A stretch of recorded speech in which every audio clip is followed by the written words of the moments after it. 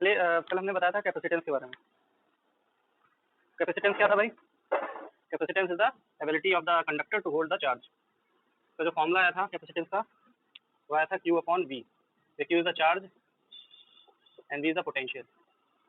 ठीक है, अब हेडिंग डालिए। हेडिंग क्या डालना? यूनिट डालना। Unit of capacitance. यूनिट क्या होती है कैपेसिटेंस की भाई? फैरेड। फैरेड होती है। क्या होती है? फैरेड।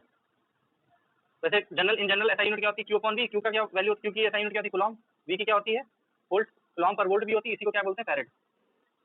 ठीक, कैपेसिटेंस की यूनिट होती है फैरेड। अब आता है question, define 1 farad. Define 1 farad of capacitance. Define करो जरा। Define 1 farad.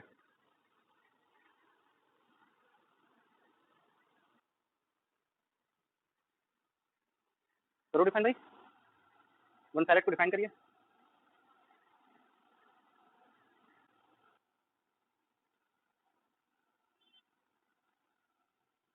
फॉर्मूला देखो ना, जब कभी कुछ डिफाइन करना होता है तो फॉर्मूला देखा करो। फॉर्मूला क्या है? Capacitance equal to Q upon V। Capacitance equal to Q upon V। तो कैपेसिटेंस अगर 1 फैरेड होगा तो यहाँ पे क्या होगा? 1 कूलॉम होना चाहिए और यहाँ पे क्या होना चाहिए? 1 वोल्ट। कहने का ये मतलब है, अगर 1 कूलॉम का चार्ज कंडक्टर को दिया जाए और उसका पोटेंशियल 1 वोल्ट बढ़ जाए तो उस पर्टिकुलर कंडक्टर का कैपेसिटेंस कितना होगा? 1 फैरेड होगा। समझ गए? एक मिनट, कोई ज्वाइन होना चाहता है।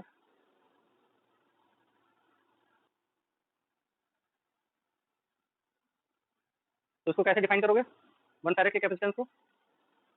इफ या फिर if a conductor is given 1 coulomb of charge and if its potential increases to 1 volt then the capacitance of the conductor is 1 farad। ठीक है, चलो नोट करो पर। तो पहले ऐसा करो, ये लिखो, फिर डिफाइन 1 फैरेड लिखना, उसके बाद ये लिखना कि जो है थ्योरी 1 फैरेड की वो बताता हूँ। तो इतना नोट करो।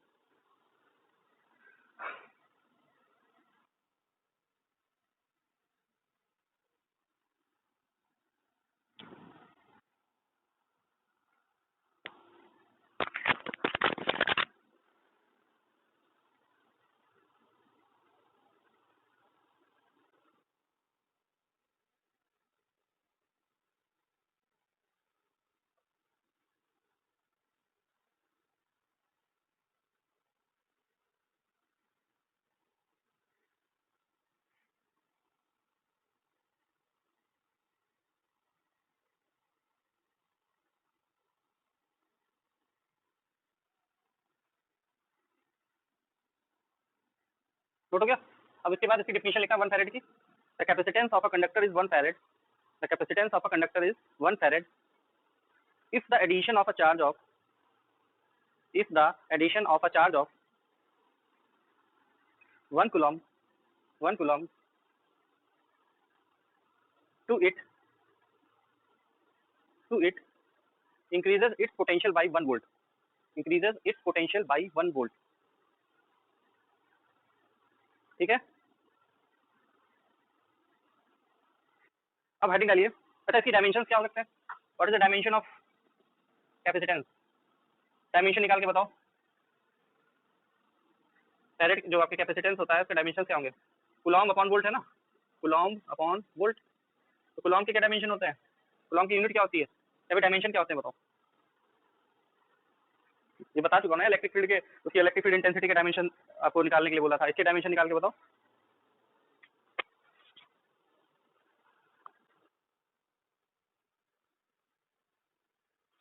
देखिए, ये कूलॉम है ऊपर, ऊपर कूलॉम को सी से मैं रिप्रेजेंट कर रहा हूँ। वोल्ट है, वोल्ट को क्या लिख सकते हैं हम? वोल्ट को पता क्या लिख सकते हैं हम? वर्क डन अपॉन चार्ज होता है ना। वोल्टेज क्या होता है भाई? जो पोटेंशियल होता है वर्क डन अपॉन चार्ज। अब देखो ध्यान से देखना, वर्क डन को कैसे रिप्रेजेंट करते हैं? जूल से। तो चार्ज को कैसे लिखते हैं? कूलॉम से। ये कूलॉम ऊपर जाके क्या हो जाएगा? Coulomb square upon joule. ये तो इसकी यूनिट हो गई अभी। अब हम डायमेंशन निकालने हैं। कूलॉम की unit in terms of ampere क्या होती है? एम्पियर इंटू सेकंड होती है कि नहीं भाई? कूलॉम जो करंट होता है वो क्या होता है?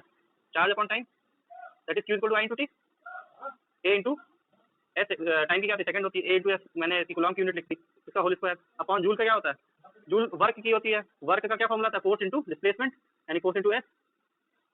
अच्छा, एम्पियर, तो एम्पियर इसके डायमेंशन में भी एम्पियर ए ही से रिप्रेजेंट किया था। एस को कैसे रिप्रेजेंट किया था? टी से। ठीक है, इसका स्क्वायर अपॉन फोर्स का क्या होता है? Dimension. What are the dimension of force? M L T minus two is the dimension of force. और सेकंड का क्या डायमेंशन है? टाइम ही होता है। तो A square T square upon M L t-1 हो जाएगा कि नहीं हो जाएगा? तो ओवरऑल क्या हो जाएंगे डायमेंशन बताओ? ओवरऑल आपका डायमेंशन हो जाएगा m-1, ये देखो ऊपर जाके -1 हो जाएगा, l-2, ठीक है, ये आपका l-2 आना चाहिए। टी अच्छा सॉरी एस के भी टी, एस क्या है सेकंड नहीं है, वो है डिस्प्लेसमेंट है ना, तो यहाँ पे एल हो जाएगा इसकी जगह, तो एम एल की पावर -2 हो जाएगा, और टी की पावर क्या हो जाएगा? टी की पावर बताओ, टी की पावर 4 हो जाएगा। हाँ, और बचेगा क्या? एम्पियर स्क्वायर भी बचा है, तो एम्पियर स्क्वायर भी लिख दिया मैंने। तो this is the dimension of capacitance, note कर लो। 11 में पढ़ाया था बहुत डिटेल में पूरे टॉपिक को, डायमेंशन एनालिसिस को। बस एक नया डायमेंशन जो आपकी जो सिंबल है वो एम्पियर इंट्रोड्यूस हो गया है, बाकी सब वही है तरीका। यूनिट लिखो, उसके फिर उसका डायमेंशनल फॉर्मूला लिखिए, डायमेंशनल फॉर्मूला एमएलटी और ए के टर्म में आएगा, उसको रीअरेंज कर लो, आपका आंसर आ जाएगा, ठीक है। यहाँ पे सेकंड जो है, यहाँ पे डी लिख लो यार, कंफ्यूज हो जाओगे, मैं भी कंफ्यूज हो गया था। F into D, D is the displacement, F क्या है? सेकंड है, टाइम है, ठीक। तो नोट करिए, फिर नेक्स्ट टॉपिक पढ़ाते हैं।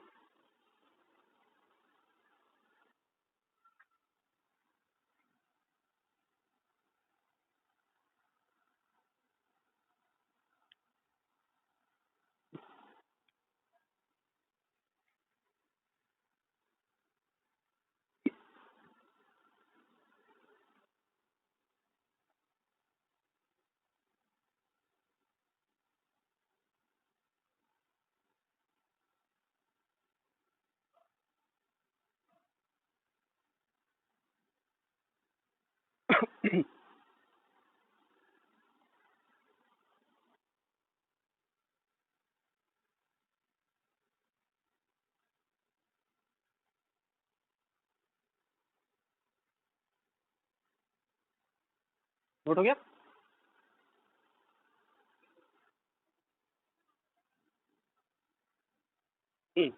हाँ मैंने वहाँ पे लिख दिया, यहाँ पे वही बात है ना, एल स्क्वायर हो जाएगा तो एल स्क्वायर हो जाएगा यहाँ पे ना।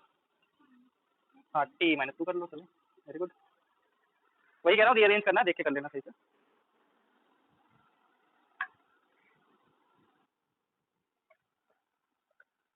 हो गया नोट? चलिए नेक्स्ट टॉपिक देखते हैं। Capacitance of an capacitance of an isolated oscillated spherical conductor. Note on the heading,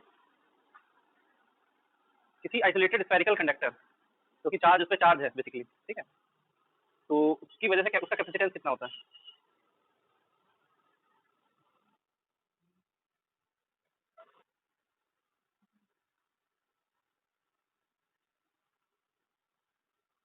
note की हेडिंग। तो देखिए कंसीडर एन स्फीयर, हमने एक आइसोलेटेड स्फीयर को कंसीडर कर लिया, इसका सेंटर ओ है और उसका रेडियस कितना है? आर मान लेते हैं, ठीक है। इसकी सरफेस पे कितना चार्ज डिस्ट्रीब्यूटेड है? क्यू, प्लस क्यू मान लेते हैं, चार्ज डिस्ट्रीब्यूटेड है। तो मुझे ये बताइए कि इसकी सरफेस पे पोटेंशियल की वैल्यू कितनी होगी? What is the potential at the surface? Potential at, very good, होगा कि नहीं होगा ये? हुँ? ये तो पता है ना, ये तो करवाया मैंने। इसके अंदर भी यही वैल्यू रहेगी, इसके अंदर भी यही वैल्यू रहेगी, बिकॉज इलेक्ट्रिक फील्ड जो होती है इनसाइड द कंडक्टर कांस्टेंट होती है, सॉरी जीरो होती है। अच्छा अब है आइसोलेटेड, आइसोलेटेड, आइसोलेटेड का मतलब आस पड़ोस कुछ और कुछ नहीं है, आइसोलेट अलग है, अलग बिल्कुल, ठीक है, और कोई इसको इन्फ्लुएंस नहीं कर रहा है, अलग थलग बोलते हैं उसको। हुँ? हाँ, कोई और नहीं कर रहा है इसको इन्फ्लुएंस, जो भी चार्ज है यही है और कोई बाहर से कुछ भी नहीं है, अलग ये अलग रखा गया, इसके आस पड़ोस कोई भी ना इलेक्ट्रिक फील्ड है ना कुछ है, केवल अकेला यही है, ठीक है। अब कैपेसिटेंस की वैल्यू निकालते हैं, कैपेसिटेंस इसका capacitance of the spherical conductor.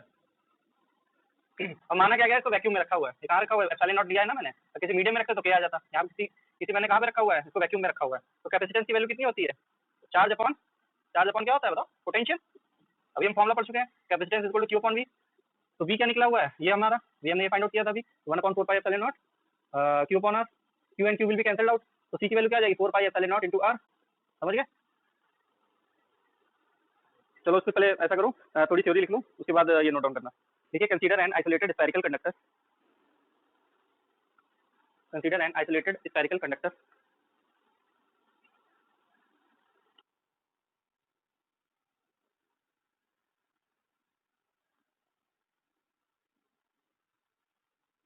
Of radius capital R,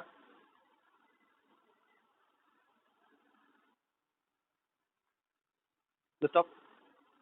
The charge capital Q is uniformly distributed. The charge capital Q is uniformly distributed over its entire surface.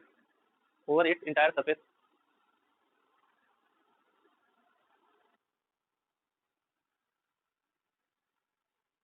फिर उसके बाद ऐसा करो, यही लिख लो, पूरा पूरा नोट डाउन कर लो.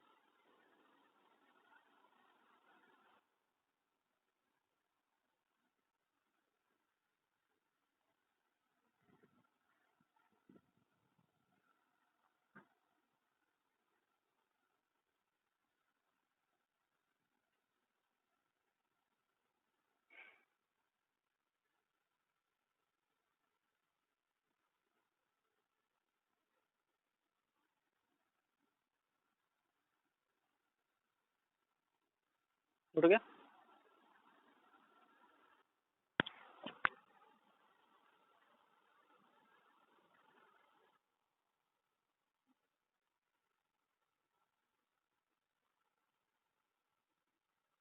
हो गया भाई? चलिए, इसका मतलब क्या हुआ? इस पर्टिकुलर जो हमने आपका डेरिवेशन किया, इसका इसे क्या आप एक्सट्रैक्ट कर सकते हो, क्या इसे इंटरप्रेट कर सकते हो, बताओ. Capacitance is equal to 4 pi epsilon naught into R. तो यहाँ पे 4 पाई और एप्सिलॉन नॉट क्या है? कांस्टेंट वैल्यूज है. आर जो है वेरिएबल, भाई स्फीयर बड़ा बड़ा भी हो सकता है, कंडक्टर का साइज बड़ा भी हो सकता है. कहने का मतलब है कोई स्फेरिकल अगर कंडक्टर होगा तो उसका कैपेसिटेंस प्रोपोर्शनल होगा उसके रेडियस से. जितना बड़ा आप कहते हैं, जितने ज्यादा बड़ा रेडियस का आप कंडक्टर लोगे उतना ही ज्यादा उसका कैपेसिटेंस होगा. ठीक है, इसे ये हम इंटरप्रेट कर सकते हैं फॉर्मूले से. ठीक है, capacitance is proportional to radius, जैसा बोल सकते हैं. जितना बड़ा साइज, अभी साइज से प्रोपोर्शनल, जितना ज्यादा साइज होगा, एरिया जितना ज्यादा होगा, उतना ही आपका क्या होता है, उस पर्टिकुलर कंडक्टर का कैपेसिटेंस होगा. ठीक है, चलो एक और चीज से बताता हूँ मैं. ये फॉर्मूला आया हुआ है, C is equal to 4 pi epsilon naught into R. यहाँ पे आर की वैल्यू क्या हो जाएगी भाई? आर की value C upon 4 pi epsilon not हो जाएगी कि नहीं? अच्छा, अगर C सपोज कोई कंडक्टर, उसका जो कैपेसिटेंस है 1 फैरेड है, सपोज C की वैल्यू कितनी है? 1 farad. 1 upon 4 pi epsilon not हो जाएगा उसका रेडियस. अगर 1 फैरेड आपको क्या रखना है, 1 फैरेड आपका अगर कैपेसिटेंस रखना है, तो रेडियस की वैल्यू कितनी होगी? 1 अपॉन 4 पाई एप्सिलॉन नॉट होनी चाहिए. दैट मींस 9 × 10⁹ मीटर होनी चाहिए.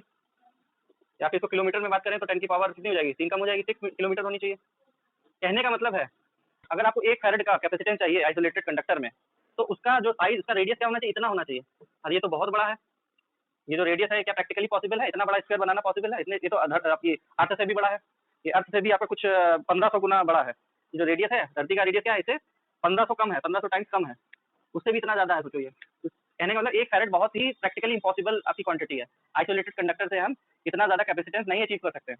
ठीक है, 1 farad is a very large unit of capacitance.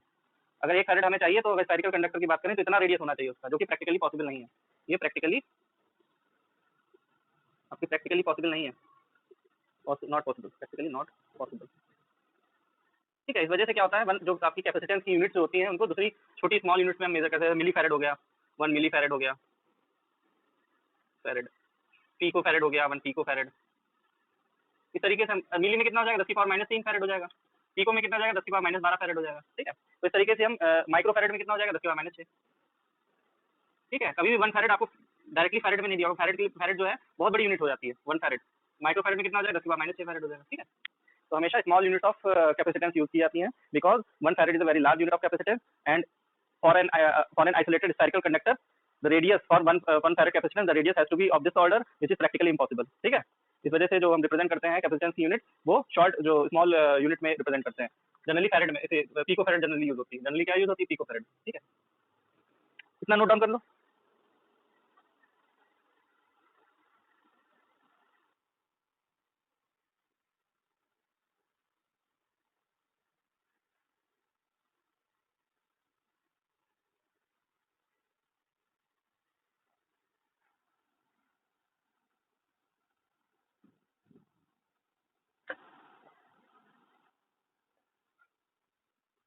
कहने का ये मतलब है, किसी आइसोलेटेड कंडक्टर का ज्यादा हम कैपेसिटेंस नहीं अचीव कर सकते उसमें, इसीलिए पैरेलल प्लेट कैपेसिटर यूज होते हैं. बताएंगे आगे चल के.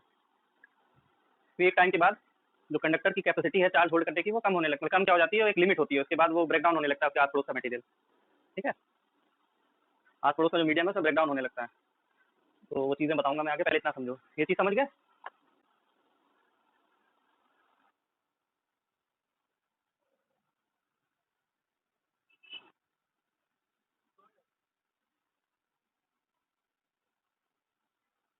नोट हो गया? तो एक न्यूमेरिकल में शेयर कर रहा हूँ उसको, एक न्यूमेरिकल दे रहा हूँ उसको करो अभी।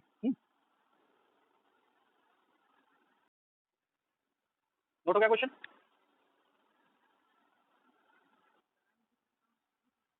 नहीं, पोटेंशियल बताना बिगर ड्रॉप का। कैपेसिटेंस कितना है? कैपेसिटेंस तो आपका, हाँ कैपेसिटेंस की वैल्यू बताओ। ना ना ना ना, नोट हो गया क्वेश्चन आपका? तो बताते हैं।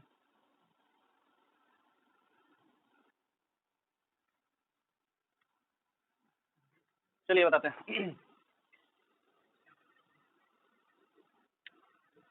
अब देखिए 27 स्फेरिकल ड्रॉप्स हैं, यानी छोटी छोटी 27 ऐसी छोटी छोटी ड्रॉप्स हैं। बोला गया है इनका जो इंडिविजुअल मास है, सबका मासेस क्या है, मासेस नहीं दिए हैं सॉरी, रेडियस दिया हुआ है, रेडियस दे रखा है सबका 3 mm। स्मॉल स्मॉल आर मान लेता हूँ कि जो स्मॉलर ड्रॉप्स है उनका रेडियस है, दिया हुआ है, ठीक है।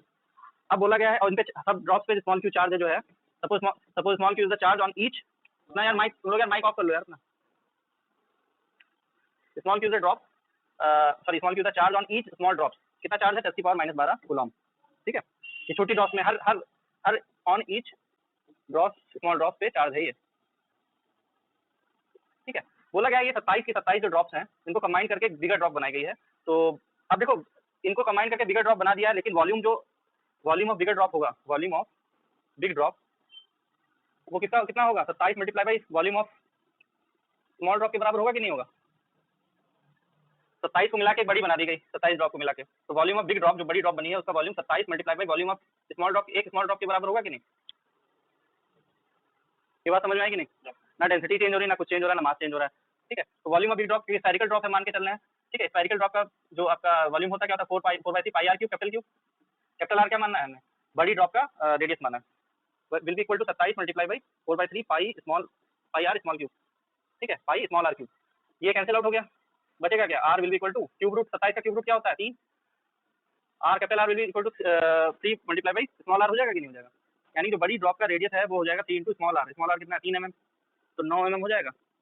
यानी 9 mm का जो रेडियस है बड़ी ड्रॉप का होगा। उसको कर दो मीटर में चेंज, अभी 10⁻³ मीटर हो जाएगा। इतना समझ में आ गया? ये तो रेडियस हो गया। ये बात क्या होगी? ये तो रेडियस हमें पता चल गया।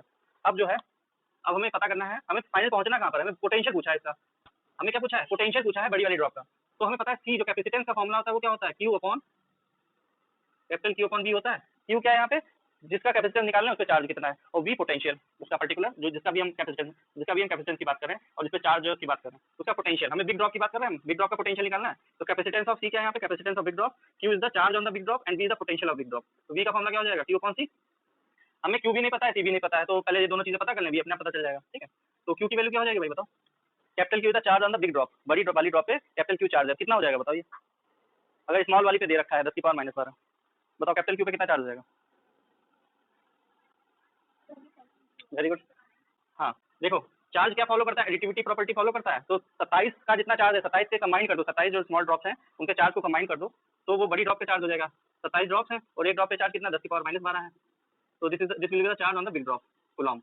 क्यों पता चल गया? सी की वैल्यू पता करनी है। सी का फॉर्मूला भी स्फेरिकल कंडक्टर के लिए क्या हमने अभी अभी डिराइव किया था? 4πε0 इंटू आर, जो भी रेडियस हो, बड़ी वाली ड्रॉप का रेडियस रखना है यहाँ पे। 4πε0 की वैल्यू क्या हो जाएगी? 1 इंटू 9, 1/9 और रेडियस की वैल्यू कितनी निकली थी?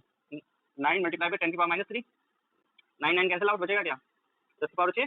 कैपिटल कितना हो जाएगा? 10⁻6 हो जाएगा फैरेड, ठीक है। सही, सॉरी कितना हो जाएगा? 10⁻12 हो जाएगा, ठीक है ठीक है, 10⁻12 हो जाएगा, ठीक। 10 का वो तो बहुत बड़ा हो जाता फिर, ठीक है। 10⁻12 फैरेड हो गया कैपेसिटेंस। क्यू पता चल गया, सी पता चल गया। तो वी में क्या प्रॉब्लम है? कुछ प्रॉब्लम नहीं है। क्यू कौन सी कर दो, क्यू की वैल्यू रखो। क्यू की वैल्यू कितनी है? ये है 27 मल्टीप्लाई बाई 10⁻12, और सी की वैल्यू कितनी है? 10⁻12। तो वी कितना आ गया? 27 volt. V will be 27। The potential on the surface of the drop, big drop will be 27 volt. Clear है? किसी को डाउट हो तो पूछ लो।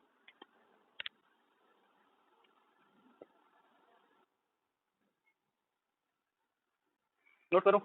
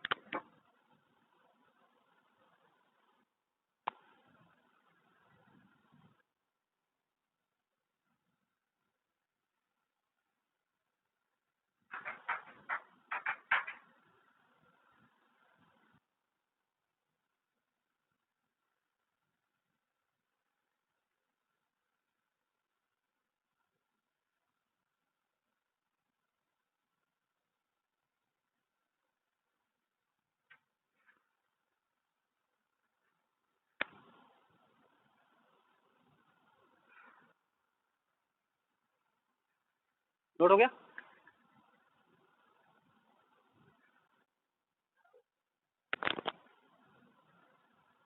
नोट हो गया भाई तुम लोग का?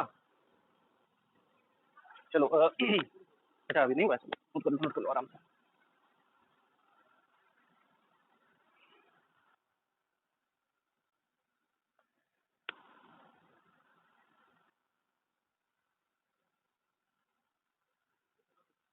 नोट हो गया? चलिए नेक्स्ट टॉपिक लिखिए, concept of a capacitor and its principle. Concept of a capacitor and its principle. हम देखेंगे कि कैपेसिटर जो है आइसोलेटेड कंडक्टर को हम कैपेसिटर की तरह यूज क्यों नहीं कर सकते हैं, मतलब कि अपने एक कुछ लिमिटेशन होती है उसकी कि आप आइसोलेटेड कंडक्टर को यूज नहीं कर सकते कि ज़्यादा ज़्यादा चार्ज नहीं स्टोर कर सकता वो। Concept of capacitor and its principle. Note हो गया? चलो मान लेते हैं कोई कंडक्टर है, एक हमने सिंगल कंडक्टर लिया अभी, एक प्लेट ली, कंडक्टर बने एक प्लेट ली, कंडक्टिंग प्लेट जो ऐसे दिख, ऐसे एक्चुअल में कैसी है, ऐसी है, लेकिन सामने से देखोगे तो ऐसे दिखेगी कि नहीं दिखेगी? कोई सर्कल है, सामने से देखोगे तो स्ट्रेट लाइन, लेकिन जब साइड से देखोगे स्ट्रेट लाइन ही तो लगेगा, ठीक है ना? एक सर्कल ऐसे बना दिया मैंने, सामने से तुम्हें ऐसे ही दिखेगा ना। चलो ठीक है, समझ में आ गया ना इतना? मान लेते हैं मैंने इसको पॉजिटिव चार्ज दिया, अब मैं इसे क्या कर रहा हूँ, स्टोर कर रहा हूँ पॉजिटिव चार्ज। एक टाइम के बाद क्या होगा, अब ये पॉजिटिव चार्ज की वजह से इसके चारों तरफ इलेक्ट्रिक फील्ड जनरेट होगी कि नहीं होगी? भाई पॉजिटिव चार्ज है इसकी सरफेस पे, उसके चारों तरफ क्या होगी, इलेक्ट्रिक फील्ड जनरेट होगी। अच्छा मुझे एक बात बताओ, इसके चारों तरफ मान लेते हैं एयर है सपोज, भाई हवा में रखा हुआ, तो उसके चारों तरफ क्या होगा, एयर मॉलिक्यूल्स होंगे, होंगे कि नहीं होंगे? और एयर में जनरली क्या होता है, ऑक्सीजन नाइट्रोजन होती है। अब ऑक्सीजन नाइट्रोजन को यहाँ पे क्या होगा, न्यूक्लियस होगा और चारों तरफ इलेक्ट्रॉन घूम रहे होंगे कि नहीं? तो चारों तरफ एयर मॉलिक्यूल्स हैं, चाहे वो नाइट्रोजन के हो चाहे ऑक्सीजन के हो, तो उनके चारों तरफ इलेक्ट्रॉन्स होंगे कि नहीं, बैलेंस शेल में होंगे कि नहीं?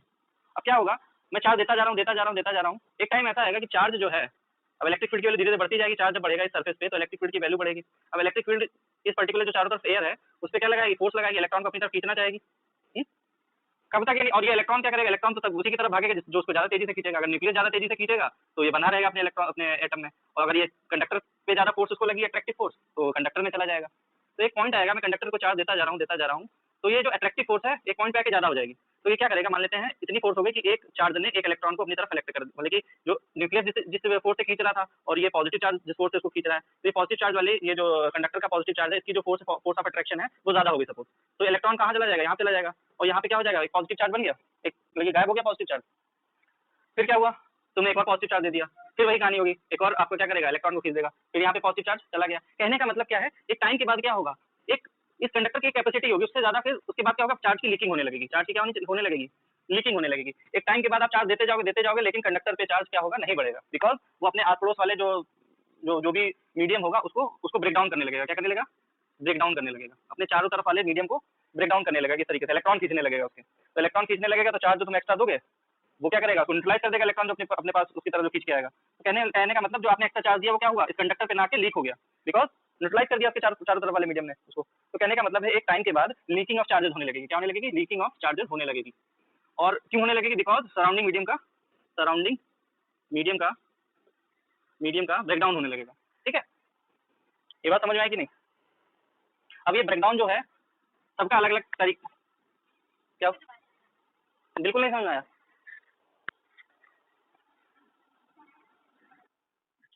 और किसी को प्रॉब्लम और किसी को भी दिक्कत हुई है समझने में? चलो फिर से मैं बता रहा हूँ, मान लेते हैं कोई कंडक्टर है, ठीक है, इस तरीके से मैंने कंडक्टर लिया, अब मैंने इसको चार्ज देना शुरू कर दिया, अब इस पर क्या होने लगेगा, पॉजिटिव चार्ज एक्यूमुलेट होने लगेंगे। ठीक है, मान लेते हैं चार्ज देते गए चार्ज इकट्ठा होते गए इस कंडक्टर पे। अब इस कंडक्टर के चारों तरफ क्या होगी, एयर होगी, होगी कि नहीं? एयर में जनरली क्या होता है, ऑक्सीजन नाइट्रोजन होते हैं, ज़्यादा मात्रा में क्या होती है एयर में, ऑक्सीजन होती है, सबसे ज़्यादा नाइट्रोजन होती है और फिर ऑक्सीजन होती है, कहने के लिए एयर मॉलिक्यूल्स होंगे कि नहीं इसके चारों तरफ? हम्म?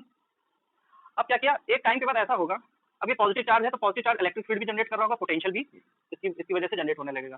अब आपने चार्ज देते गए एक टाइम के बाद इसका पोटेंशियल मैक्सिमम हो जाएगा, क्या हो जाएगा, पोटेंशियल इसका मैक्सिमम हो जाएगा। अब क्या होगा, अब पोटेंशियल मैक्सिमम हो जाएगा तो, और पॉजिटिव चार्ज है चारों तरफ अपने एयर मॉलिक्यूल से फोर्स उसके इलेक्ट्रॉन को अपनी तरफ खींचना भी चाह रहे होंगे।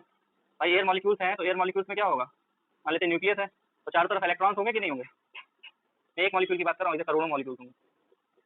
अब क्या करेगा, जब कंडक्टर में तुम चार्ज देते जाओगे एक टाइम पे क्या होगा, ये जो फोर्स पॉजिटिव चार्ज अपने चारों तरफ वाले जो मॉलिक्यूल्स पे क्या लगाएगा, इलेक्ट्रॉन से फोर्स लगाना शुरू कर देगा। एक टाइम पे फोर्स क्या हो जाएगी, बहुत ज्यादा हो जाएगी और ये इलेक्ट्रॉन को खींच लेगा अपनी तरफ। और अब ये चार्ज क्या होगा, तुमने जो एक्स्ट्रा चार्ज दिया वो क्या हो गया, न्यूट्रलाइज हो गया कि नहीं? अब तुमने क्या किया, फिर से थोड़ा और चार्ज दे दिया, फिर पॉजिटिव आया, पॉजिटिव चार्ज ने फिर इलेक्ट्रॉन को एक खींच लिया, अब क्या होगा, न्यूट्रलाइज हो गया ये भी। कहने का मतलब एक टाइम के बाद जब वोल्टेज की वैल्यू, इस पर्टिकुलर कंडक्टर की वोल्टेज या फिर पोटेंशियल की वैल्यू मैक्सिमम पहुंच जाती है, तब क्या होता है, अब इसके सराउंडिंग मीडियम का क्या होने लगता है, ब्रेकडाउन शुरू हो जाता है। इसके सराउंडिंग मीडियम का ब्रेकडाउन मतलब टूटने लगता है, आयनाइज होने लगती है, एयर क्या होने लगी, आयनाइज होने लगी, इलेक्ट्रॉन जाने लगे उसके, तो क्या होने लगा, सब ब्रेकडाउन होने लगा, आयनाइजेशन होने लगी चारों तरफ, जो एयर मॉलिक्यूल्स है उसकी आयनाइजेशन होने लगी या फिर ब्रेकडाउन होने लगा, बिकॉज इस कंडक्टर ने अपने चारों तरफ जो एयर मॉलिक्यूल्स हैं उनके इलेक्ट्रॉन, जो वैलेंस इलेक्ट्रॉन है उनको खींचना शुरू कर दिया, और जैसे इलेक्ट्रॉन आएगा तो एक इलेक्ट्रॉन पॉजिटिव चार्ज को न्यूट्रलाइज कर देगा। तो क्या हुआ यहाँ पे, चार्जेस जो तुम एक्स्ट्रा देते जा रहे हो वो क्या होते जा रहे हैं, वो लीक होने लगे हैं, वो क्या होने लगे, लीक होने लगे, बिकॉज आपने जो भी एक्स्ट्रा चार्ज दिया, एक पॉजिटिव चार्ज एक्स्ट्रा दिया, ठीक है, तो वो क्या करे, एक इलेक्ट्रॉन को खींच देगा, तो हो जाएगा न्यूट्रलाइज, यानी कि वो आपने जो पॉजिटिव चार्ज दिया है वो कहाँ चला गया, गायब हो गया।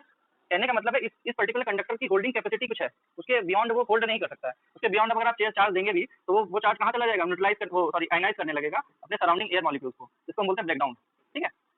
इसी को बोलते हैं लीकिंग ऑफ चार्ज भी बोलते हैं, इसी को क्या बोलते हैं, लीकिंग ऑफ चार्जेस भी बोलते हैं। जैसे एयर का ब्रेकडाउन पोटेंशियल क्या है, 3 × 10⁶, इतनी पोटेंशियल पे, सॉरी इतनी इलेक्ट्रिक फील्ड पे 3 × 10⁶ वोल्ट पर मीटर इलेक्ट्रिक फील्ड जब हो जाती है किसी कंडक्टर के पास, तो उसका एयर मॉलिक्यूल का क्या होने लगता है, ब्रेकडाउन होने लगता है, ठीक है। तो अब अगर कोई और मीडियम है, जैसे जैसे कोई कहते हैं तो कहते हैं वूल वगैरह डाल दिया हमने बीच में, तो उसका ब्रेकडाउन कुछ और होता है, तो आप उस हिसाब से आप उसकी चार्जिंग होल्डिंग कैपेसिटी बढ़ जाती है, ठीक है।